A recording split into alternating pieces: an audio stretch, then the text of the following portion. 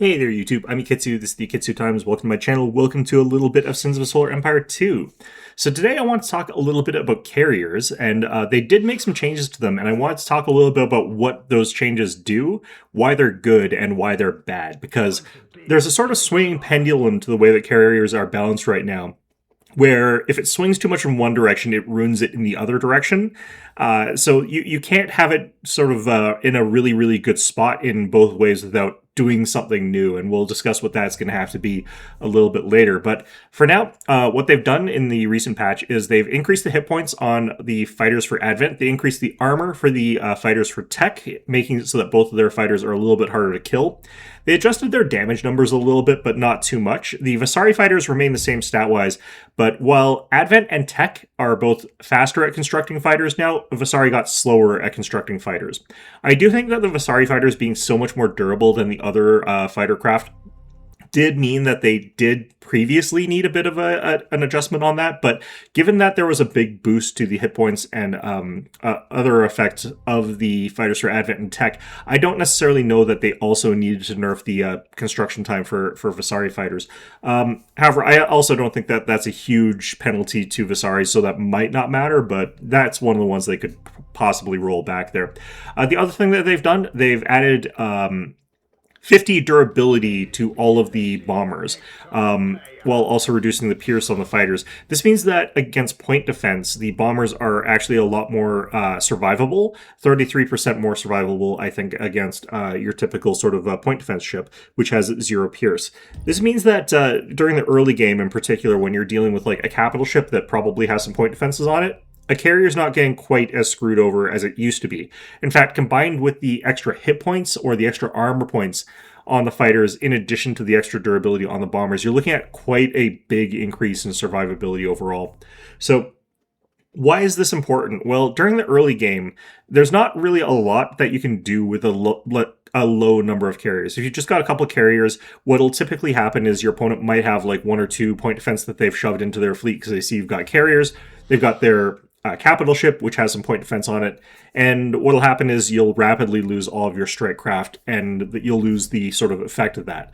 Now, as you scale up the number of carriers, the amount of point defense ships that your opponent has to get increases by a decent amount, because you can no longer rely as much on that that capital ship to provide you that point defense, because the proportion that's providing drops.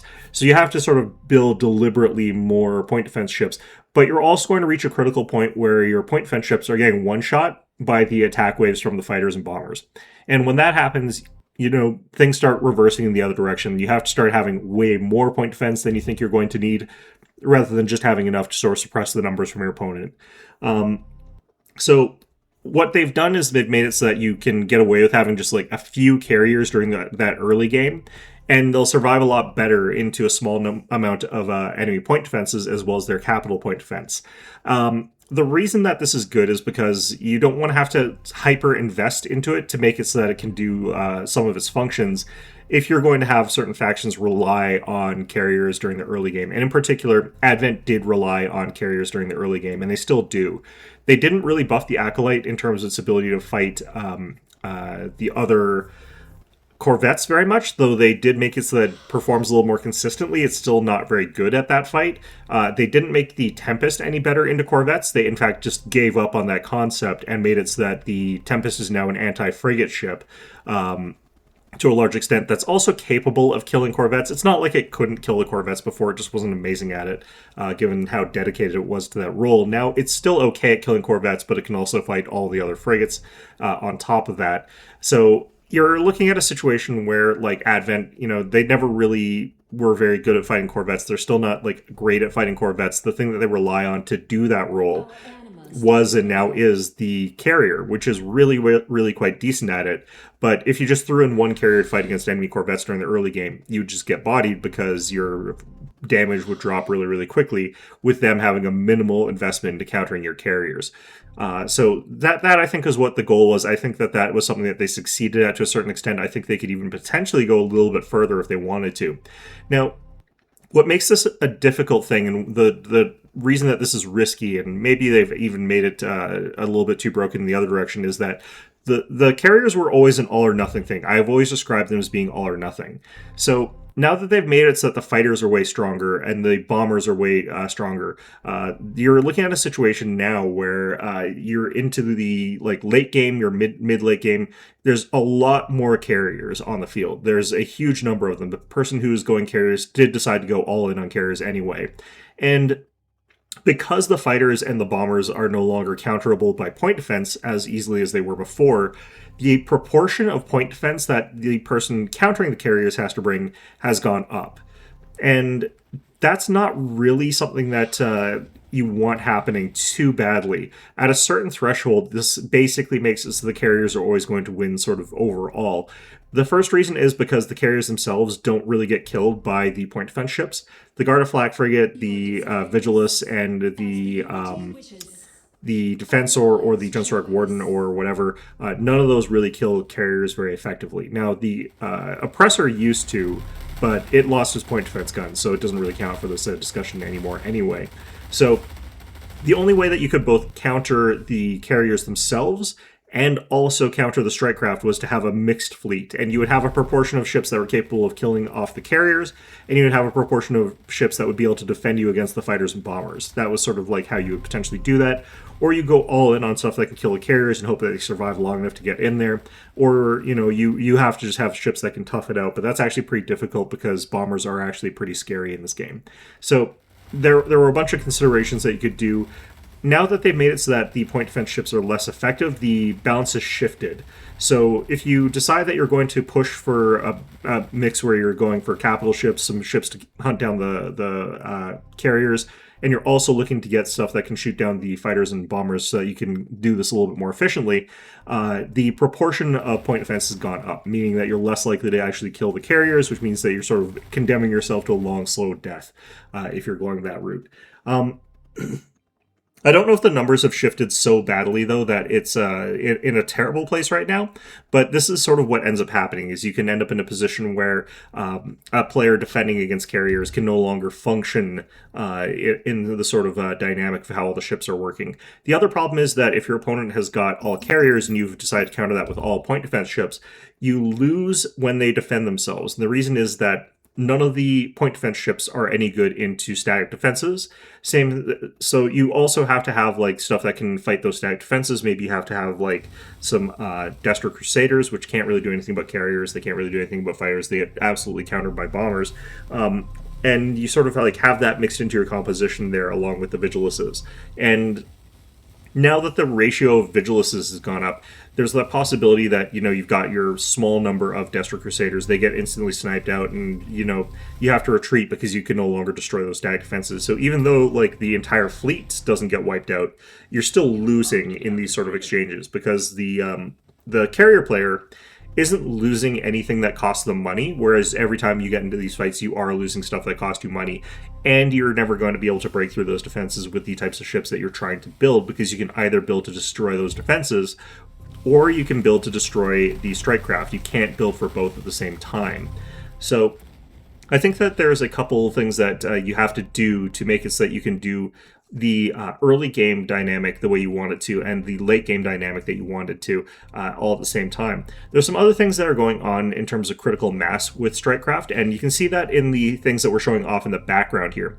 In the background, there's been fights between an Aria drone host as well as against an enemy fleet with one Garda Flak Frigate. And you can see like the numbers dropping of fighters and bombers. If you've only got one Aria drone host, it loses pretty much about 8 strike craft after a while. It then sort of normalizes. It will drop eventually a little bit lower than that, but basically when you've only got one carrier, it loses fighters and bombers pretty quickly against even a minimal amount of point defense. Over a similar amount of time, we can watch it with 3 Aria drone hosts, and that's what we've also seen here. And 3 Aria drone hosts are not only capable of destroying ships, not just a little bit faster, but a lot faster. Not 3 times faster. They actually destroy ships faster than 3 times faster. But they're also only losing, in a similar sort of time frame, 2 strike craft. Now, there's a couple of reasons why, if you've got more carriers, you keep your fighter numbers and bomber numbers higher longer. The first is that point defense ships are not consistently locked onto a single fighter or bomber. they switch their targeting around as the ships fly around them constantly, meaning that they shoot one fighter one time and then the next shot goes against a different one, and so on and so on and so forth, meaning that a lot of the time fighters are going to be losing a little bit of their hit points and then getting out of there and then losing some more hit points later, and eventually they'll die. And when you have a larger number of strike craft available, that makes it so that you're less likely for one individual fighter to take multiple hits consecutively until they are destroyed. So not only does it make it much, much harder to actually destroy any individual fighter, there's also an element where each of those point defense ships is firing at and destroying fighters that are now being replaced faster.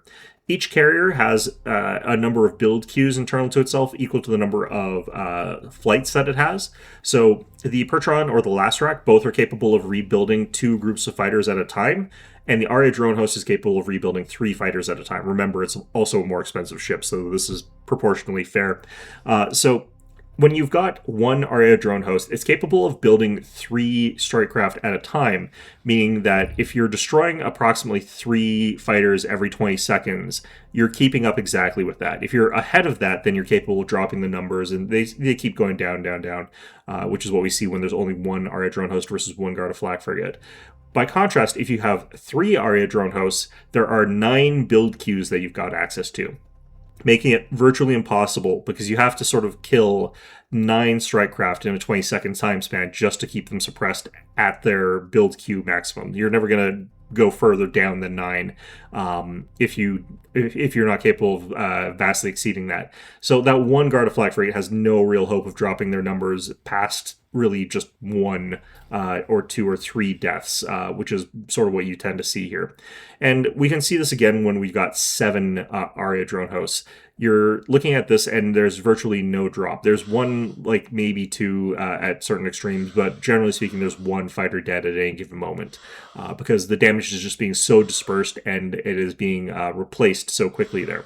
So to actually keep up with these, you have to keep up with your production of your point defense ships, but weird things happen when you're looking at larger numbers here. You might notice how fast 7 Aria drone hosts are capable of killing a target. And the scary thing about that is if they're pointed at those point defense ships, even if you did scale up to have 7 Guard of Flak frigates by the end there, that first Guard of Flak frigate would just evaporate. The second one would just evaporate. The third one would just evaporate. They would all be one-shot by the amount of fighters and bombers that are available here. By contrast, when you've only got the 1 Aria drone host, it's not capable of focus firing all of that damage onto that and instantly killing it. It'll take a little bit of time. It'll take a couple of passes there. So it is going to result in the 1 Aria drone host losing a couple of its fighters and its bombers, reducing its damage, meaning that Guard of Flak frigate survives a little bit longer and is capable of doing a little bit more damage to those fighters, which lets it survive a little bit longer still. By contrast, when you've got 7 Gardas and you've got 7 Aria drone hosts, the ability to focus fire versus the inability to focus fire really shows its head in a much more extreme sort of way there, and how that goes down, where the Guard of Flak frigates are getting destroyed one after the other really, really, really quickly. And even though there are fighters and bombers being destroyed much faster than in the initial experiment, the fact that the point defense numbers are dropping so much faster does mean that the fighter numbers will actually start to rebound near to the end of that. So this is why I think that you want to have 2 different solutions to fighters. The point defense and sort of basics of that can be a way to keep fighters and bombers a little bit in check during the early game, but you do have to make sure that the fighters and bombers are capable of at least doing their job against those. And I think that they're in an okay spot as far as that goes. I do think that you could actually go a little bit more extreme towards the early game against point defenses. But what does this leave us with in the late game? Well, in the worst case scenario, you end up in a situation where the only way to counter fighters is with your own fighters, which would just result in carrier swarms fighting against each other, and this would be terrible. I don't think this would be a very good solution. Obviously, if the opponent can only fight against this by going for 2,000 supply worth of point defense ships, that would also be really bad because they're functionally not capable of winning the game through that. Especially because capital ships don't have that ratio of point defense for their supply. Even the Halcyon only has 1 extra point defense gun compared to a Vigilus, and it costs way more supply to get a Halcyon than it does to get 1 Vigilus. So you have to sort of find a completely different solution to this. And I think the developers kind of know what the solution to late game fighter swarms is, because they put it into the Anarchical Wanderer, and that is big AoE type attacks against fighters and bombers. Now, I think the Anarchical Wanderer is way too much of an overcorrection. I think they're way too efficient. I don't think that they are what you would want to have. But I think we can take a look at how they've sort of functioned and get a sort of idea what we kind of should add to the game, in my opinion, to fix this problem during the later game if we want to make it so that carriers are really good during the early game, even if your opponent takes a little bit of point defense. And that's to have a new class of ship for the game that is dedicated anti-carrier work. And I think there are certain attributes that you would want to have for something that's dedicated anti-carrier. One, I do think that it would have to be an area of effect type attack. It doesn't have to be like an Anarchical Wanderer where it does a huge radius, killing everything in a gigantic ball instantly. I think what you would want is a relatively low damage AoE that fires out in a fairly small area. And the reason that this would work is that as the number of fighters increase in density, the more likely any individual burst is going to hit a larger number of fighters. So this is for countering swarms and swarms and swarms of fighters, which I think, you only need like a 500 radius or something like that to hit enough fighters to make it worthwhile, especially like if you're getting, say, 10, 20 of these types of ships, if they fire off, say, left and right, because you don't want them firing dead ahead. The reason I wouldn't want them firing dead ahead is I don't want them to be very good against missiles necessarily. You would probably give each of them a little bit of point defense, just regular, so that can finish off those weakened fighters, especially if they're not focusing their area of effects into the same sort of ball of fighters. I think that would be necessary for them to have a little bit of that. And then you would have to have a gun on each of them that's capable of then killing off of the all of the enemy carriers. I think their point defense guns, the regular ones, you would have be unique point defense guns as well that have much higher individual shot damage, but have much longer cooldown between shots, making it so that they're not very effective against missiles, because again, we don't want these to be counters to missiles. But I think whatever type of ship we're developing in this sort of scenario would be something that is supposed to do well against a little bit more than just carriers, so we'd have to figure out what those would be in each of those cases. I think that if I was doing this, the way I would have it is Tech would have this big 300 durability cruiser that's fairly slow. It's very industrial looking, and it's got an orbital launch catapult, one of the ones that like fires orbital payloads across like star systems as like a cargo sort of expedient sort of thing there. I would give it like a couple of flat canisters on the side or flat batteries on the side, as well as maybe one or two regular flat guns that do very, very high damage. And I would make it so that it has the ability to fire its main ordnance, its main gun, like clear across like most of a gravity well. Meaning that even if you've got your carriers all the way at the back edge there, you've got the ability to fire shots from this thing at those carriers. I would have the munition have a very, very long cooldown. I would have it actually have a charge up time at the front end so that it doesn't have front loaded damage, and have it be very, very high damage per shot but extremely low cooldown rates, making it so that it's not very good against anything other than a carrier or maybe some support support type ships. You could use it potentially to like pick off some corvettes or some frigates that are really, really far away, but the way that I would have it balanced is that because it's got such extreme high burst damage on a long cooldown, it doesn't really efficiently kill frigates, because you typically either overkill them by a huge amount, or if they've only got like one hit point left, then you've got to wait an entire minute before you get to fire again and actually finish it off, sort of thing there. I think that kind of situation could work for Tech. For Vasari, I would actually make this their fastest ship. I would make them have a sort of new designed, like sleek, fast cruiser, which is designed around the idea of beating like the carriers that they normally struggle a little bit against. They would have like a sort of gravity wave point defense system where it like hits an area or something like that, or something similar to like a version of what the Egg does. I think would be kind of a way that they could do it. Give it a couple beam point defense guns that do extremely high damage, but only fire very, very slowly, and give it like enough speed to get across the gravity well into the carriers really, really efficiently. Could be something that you could do for them. Advent, I'm not 100% sure what you would really do for them. I think that you could have, like, say, a beam that, like, spreads out and hits all the targets adjacent to it. in a sort of point defense kind of way. I don't know necessarily, though, that Advent need this concept as badly, because they're the most likely to want to get carriers, but we don't want to force Advent to always have to get carriers. So you could just make it so that their beam is like a primary weapon as well, that's capable of also targeting other things, and then it deals a little tiny bit of splash damage to all the targets around it, but the main beam like obliterates a single strike craft all in one. If that was the case, then you wouldn't bother giving it like other point defense type weapons there. So I think that the reason that this would work is in the sort of early game, you wouldn't need to build these that much. They're not really a counter to very many things. You'd put it at like tier 3 anyway. So it's not really going to go around destroying too many frigates or something like that during the early game. It's not going to go around destroying a lot of corvettes during the early game. And you would start building it sort of at that point where the opponent could have that critical mass of carriers going, where like during the early game, maybe you use Guard of Flak frigates or Drensorach Wardens to sort of like fend off enemy carriers for just a little bit, making it so that you could sort of fight evenly. But by the time you sort of hit the point where you're tier 3, your opponent's like ramped up their carrier production, got way more of them, you can't really realistically fight them with Gardas anymore. You get a couple of these things, and the fact that they've got like 900 fighters on the field means that there's a lot of targets. So you get like 10 of them. Those 10 bursts are dealing like a ton of damage because they're each hitting like a dozen fighters per shot, meaning that you're getting rid of fighters really, really quickly. I think that would be probably the way you would want to go about this, because as you scale up the number of fighters, you could scale up the number of these things as well. And they're never going to like really be too oppressive against carrier players as well, even if you get quite a few of them. The reason they wouldn't be as oppressive as you would think is that if they've got the sort of lower area of effect, they've got the sort of smaller area of effect that they're hitting, there has to be a certain amount of fighter density for them to really get the most value out of those area of effects.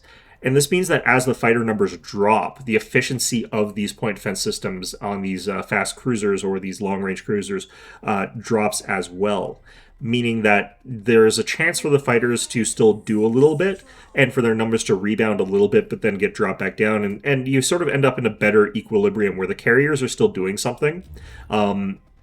They're not a completely dead investment, but they're no longer like cost effective against these sort of ships.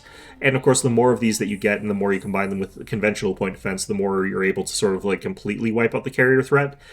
But at the same time, this also means that the carrier player is compelled to take more than one type of ship. They're compelled to take carriers as well as some other types of vessels. In addition to that, I think there would also have to be some mechanic for these ships where they take less damage from like strike craft. As an aside, I think that one of the ways you could go about doing it is making it so that each of them takes a little bit less damage from individual shots. So if they shave off, say, 5-6 damage from individual hits, that would basically make it so that fighters don't really do any damage to them. Maybe none at all, actually. You could make it so that individual shots from bombers are doing relatively little damage to them. I think that that's a way that you could go about making these guys highly resilient to fighters, but not really that much tougher against like most other ships. The individual shot from something like, say, a frigate is usually like, I think is like 30 something for most of them. So you'd be dropping that to like 25. That wouldn't really matter that much. You'd still be taking pretty high damage from that. Yeah, I think that would be how I would go about changing up the way that the fighter dynamic works. As it is currently, I don't really know for sure if they've swung the pendulum too far in one direction or another.